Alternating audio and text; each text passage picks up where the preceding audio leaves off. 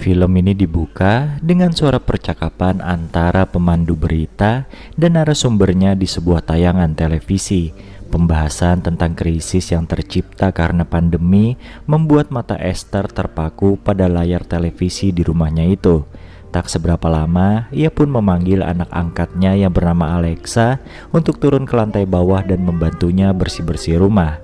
Hari itu rencananya teman-teman Esther akan datang dan menginap di sana selama beberapa hari. Bilisan mo na. Kakahiwa na yun isa sa... Okay, sige, ingat kayo ha. See you. Tanpa mengetuk pintu terlebih dahulu, Leo yang baru saja pulang dari supermarket langsung menerobos masuk ke dalam kamar mandi. Alexa yang saat itu sedang buang air kecil sontak kaget dan buru-buru menaikkan celananya. Tanpa rasa bersalah, Leo langsung menyuruh sang anak angkat untuk mengangkut bahan makanan yang baru saja ia beli. Sebelum kembali pergi, Leo berpesan pada Alexa untuk memberitahu Esther kalau dirinya akan pulang nanti malam. Pakisabi sa nanay mo, gabi na ako uuwi. Sementara itu di gudang, Esther sedang sibuk mencari papan permainan mahjong dibantu oleh seorang asisten rumah tangga bernama Ted. Tak berselang lama, rumah itu kedatangan Ason dan Willow, teman-teman Esther yang sebelumnya telah menjalani tes PCR dan dinyatakan negatif. Dilihat dari gelagat ketiga sahabat itu, nampaknya pandemi telah membuat mereka tak bersua cukup lama. The face that refresh. Sembari menunggu kedatangan salah seorang teman lagi yang bernama Amparo, Esther mengajak Ason dan Willow untuk ngopi di dalam rumah. Dua tamu itu pun terperangah melihat kecantikan Alexa, anak angkat Esther yang dianggap layak jadi seorang artis. Menjelang senja, tibalah Amparo di rumah Esther bersama seorang sopirnya. Kehadiran wanita itu otomatis membuka permainan mahjong yang rencananya akan diadakan selama 3 hari berturut-turut.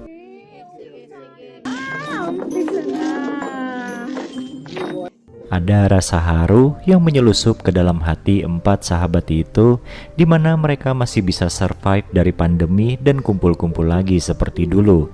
Sementara suasana sedang mengharu biru di meja mahjong, dapur keluarga Esther didatangi oleh sopir Amparo yang nampak sangat kelaparan. Tanpa pikir panjang, Alexa pun langsung mempersilahkan pemuda bernama Gaspar itu untuk menyantap hidangan di meja makan. Pwede na ba kumain? Oo naman, ikaw yung... Sige. Bersama Ted, sang asisten rumah tangga bertubuh tambun, Alexa menyiapkan semua menu makan malam untuk teman-teman ibunya.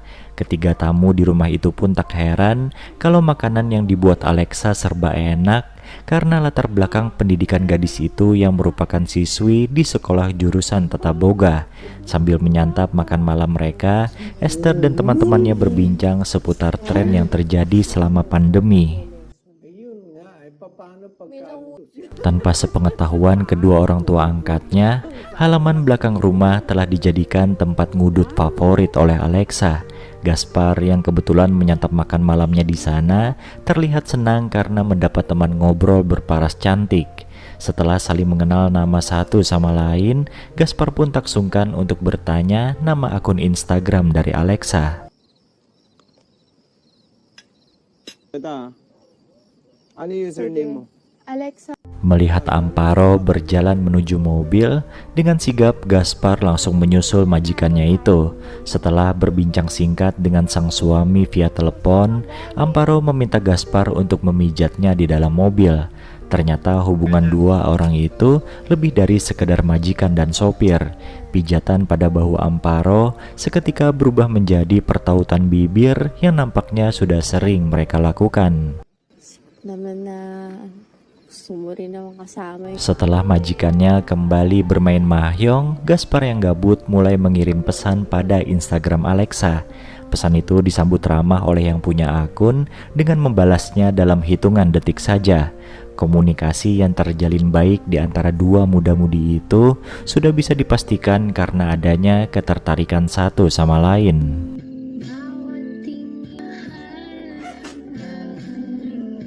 Sesuai perkataannya pada Alexa beberapa jam yang lalu, malam itu Leo pulang ke rumah dan langsung menyapa teman-teman Esther. Kehadiran pria berjambang itu sontak merubah suasana yang awalnya riang jadi terasa dingin dan kaku. Setelah memastikan istrinya lagi asik bermain mahjong, Leo mengendap masuk ke dalam kamar sang anak angkat. Di sana ia menjamah tubuh Alexa tanpa mempedulikan tangis gadis cantik itu.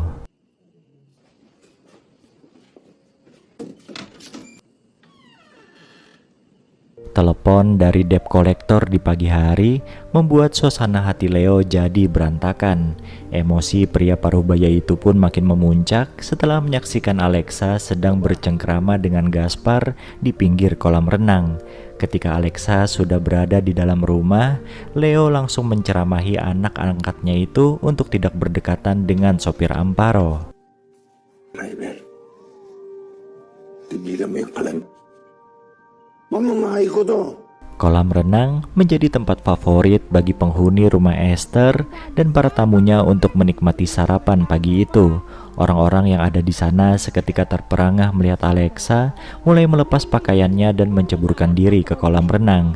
Tak terkecuali Leo, mereka semua kagum pada keindahan lekuk tubuh gadis remaja itu.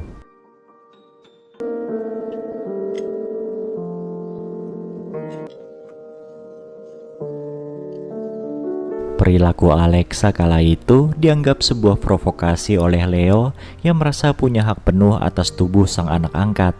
Dengan kondisi mabuk minuman, Leo kembali nyelonong masuk ke kamar Alexa dan memperlakukan gadis itu sesuka hatinya. Beruntung kondisi oleng ayah angkatnya bisa dimanfaatkan oleh Alexa untuk menghindar dari pelecehan yang entah sudah kali keberapa. Pero nung ginawa mo kanina to. Atas usulan teman-temannya, Esther memberanikan diri untuk bertanya tentang besaran utang yang dimiliki oleh Leo. Wanita itu khawatir sang suami telah menggadaikan atau bahkan menjual aset mereka tanpa sepengetahuannya. Meskipun sudah menggunakan tutur kata yang lembut untuk bertanya, tetap saja tak menghindarkan Esther dari amukan Leo. Gaano ba talaga kalaki utang mo? Leo, sagutin mo naman ako. Wala ko sinasangla o binibig. Explain mo naman. Malam itu, upaya Leo untuk mendapat pinjaman uang dari seorang teman berujung sebuah penolakan karena ia masih punya hutang yang belum dibayar. Sementara permainan mahjong di rumah Esther mengalami pergantian pemain di mana Gaspar menggantikan Amparo dan Esther digantikan oleh Alexa. Diselingi dengan candaan Willow pada Ason, mereka berempat tenggelam dengan keseruan bermain mahjong.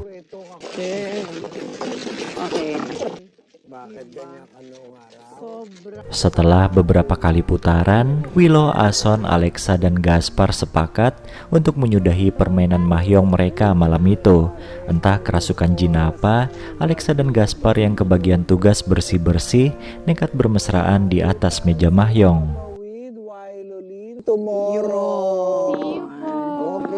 Keputusan mereka untuk pindah ke kamar Alexa sedikit terlambat karena sedari tadi Willow telah menyaksikan pergumulan itu lewat jendela kamarnya. Dua muda-mudi itu pun nyaris ketahuan oleh Leo kalau saja Gaspar tak cepat-cepat keluar dari kamar Alexa. Keesokan paginya, Leo memergoki Gaspar sedang menikmati secangkir kopi di dapur bersama Alexa sang anak angkat. Tanpa banyak basa-basi, pria berwajah sangar itu langsung mengusir Gaspar dari dapurnya. Percakapan Alexa dan Gaspar pun berlanjut di mobil Amparo, membahas niatan Alexa untuk melarikan diri dari rumah itu. Pero siya bubuhay sa amin ni Mama. Mereka lantas kaget melihat sosok Amparo dari kejauhan yang sedang berjalan menuju mobil. Dengan bersembunyi di dalam bagasi mobil, Alexa berhasil menghindar dari Amparo. Namun ia harus mendapati sebuah kenyataan pahit kalau Gaspar berselingkuh dengan majikannya sendiri.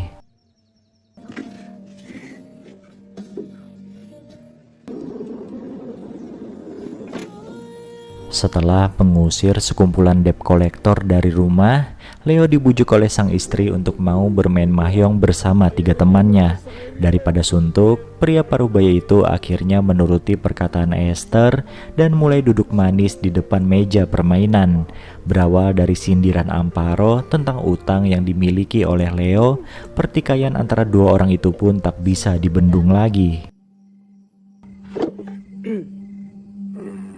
Dengan alasan ingin rehat sebentar, Leo dan Amparo ternyata punya niat yang sama, yaitu mengambil senjata mereka masing-masing. Setelah membeberkan perilaku tak senonoh Leo pada Alexa, Amparo langsung melayangkan tembakan yang mengenai kuping Leo. Pria itu lantas mengamuk dan membalas tembakan Amparo. Alhasil serangan Leo merenggut 2 nyawa sekaligus. Bukan hanya Amparo, tapi juga Gaspar yang kebetulan berada di sana.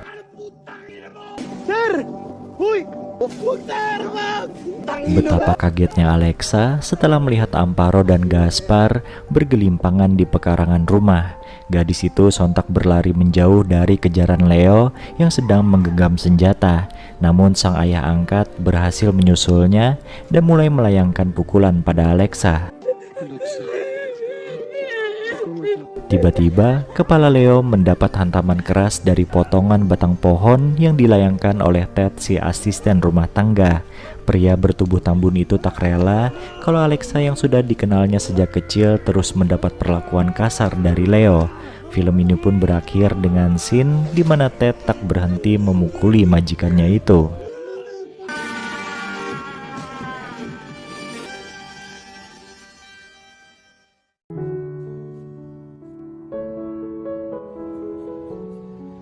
Sudah 8 tahun, 2 saudari tiri, Grace dan Ivy, terpisah jarak dan waktu antara Filipina dan Selandia Baru. Kini mereka bisa saling melepas rindu ketika Ivy mengunjungi Grace yang tinggal di Selandia Baru.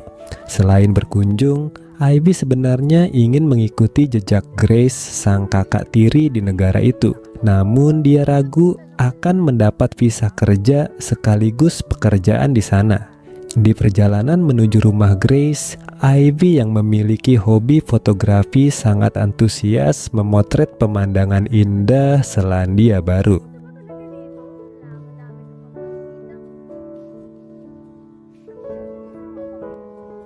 Sesampainya di rumah Grace yang minimalis, Ivy langsung terkesima akan keindahan dan kerapian rumah itu. Saking sukanya dengan rumah itu, Ivy langsung menolak ketika Grace menawarinya untuk pindah ke rumah yang lebih besar. Sayangnya saat itu sesi melepas kangen mereka harus tertunda karena Grace tiba-tiba mendapat telepon dari kliennya. Ya, Grace ini adalah seorang housekeeper yang pekerjaannya adalah membersihkan rumah klien.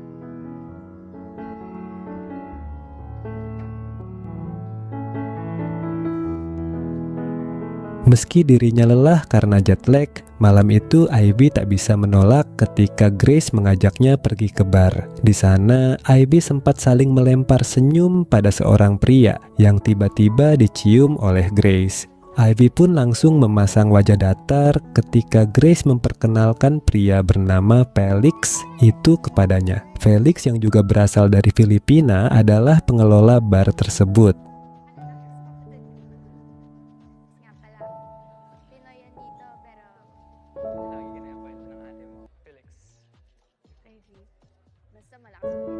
Ketika sedang ngobrol berdua dengan Grace, Ivy mengaku heran kenapa Felix sangat ramah pada wanita lain di bar itu. Padahal dia sudah punya Grace. Sambil tersenyum santai, Grace pun menjelaskan kalau dia dan Felix hanya menjalin hubungan tanpa status. Tak mau ambil pusing dengan hubungan kakak tirinya, Ivy pun memilih untuk larut dalam hingar-bingar tempat itu bersama Grace hingga mabuk.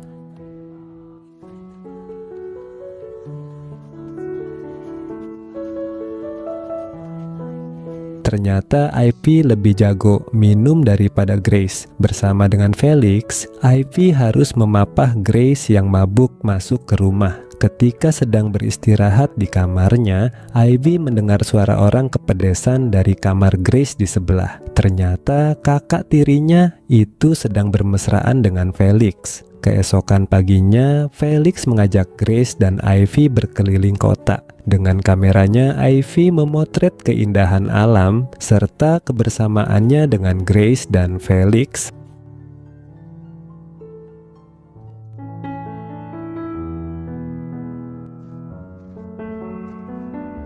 Sore harinya, ketika Felix diajak nongkrong Grace di rumahnya, fokus pria itu teralihkan oleh Ivy yang sedang mengedit foto-fotonya kemarin. Felix bilang kalau hasil foto Ivy sangat bagus. Dia pun menawari Ivy pekerjaan, yaitu memotret barnya untuk promosi di media sosial. Ivy pun setuju, berkat bujukan dari Grace.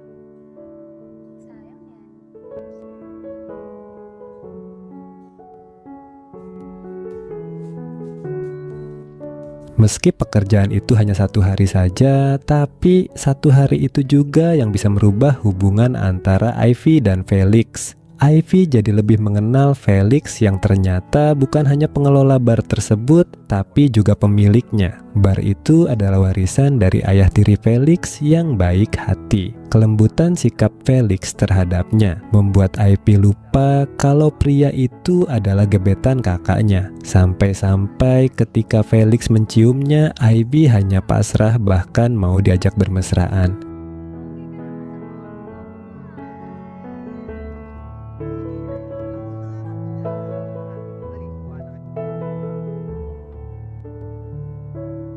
Setelah peristiwa itu, Ivy jadi merasa bersalah pada Grace. Selama ini, Grace sudah sangat baik kepadanya. Mulai dari memberikannya tempat tinggal, bahkan ketika Ivy masih di Filipina, Grace selalu rutin mengirimkan uang kepadanya. Padahal mereka hanya saudara tiri beda ibu. Merasa Felix tidak pantas untuk kakak tirinya yang baik, Ivy pun menyusun rencana untuk memisahkan mereka. Ketika Grace sedang tidak ada di rumah, Ivy mengajak Felix untuk bermesraan di sana dan diam-diam merekam peristiwa tersebut.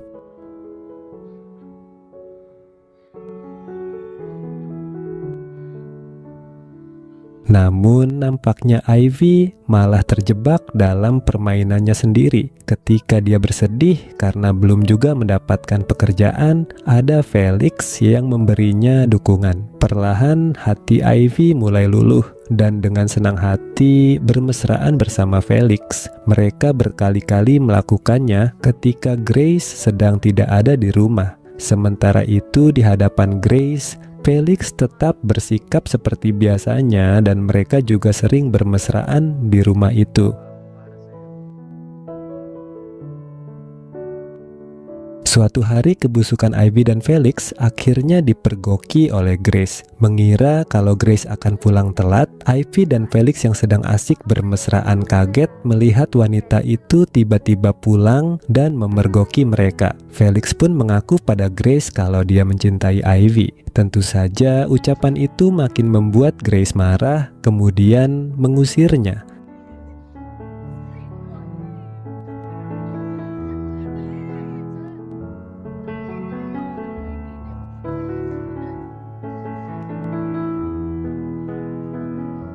Sambil menangis di hadapan Grace, Ivy berdalih kalau mau menjebak Felix. Dia hanya ingin memisahkan pria mata keranjang itu dari Grace. Mendengar hal itu, Grace malah makin marah karena cara yang dipakai oleh Ivy justru menyakitinya. Kini Ivy hanya bisa menangis meraung-raung, menyesali perbuatannya.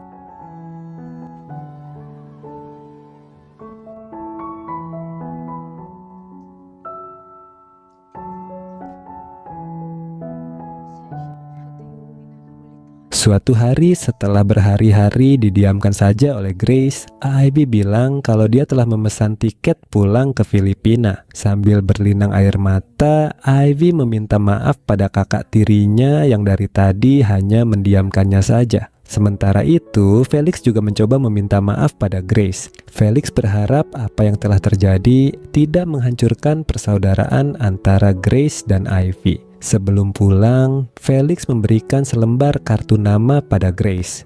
Katanya, itu adalah temannya yang bisa membantu Ivy.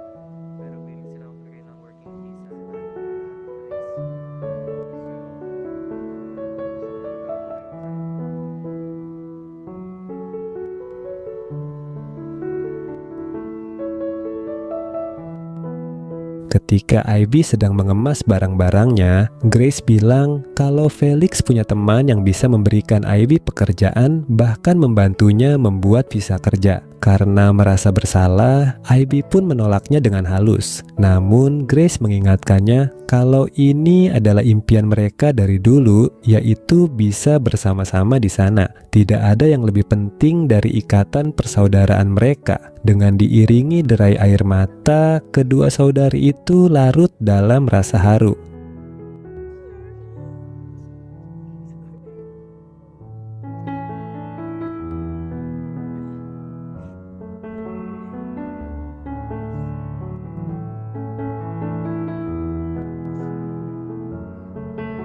Scene kemudian beralih ke beberapa waktu kemudian, di mana Grace, Ivy, dan Felix sudah mulai bisa beradaptasi dengan kondisi hubungan mereka sekarang. Grace sudah tidak bersama Felix lagi, namun pria itu berpacaran dengan Ivy.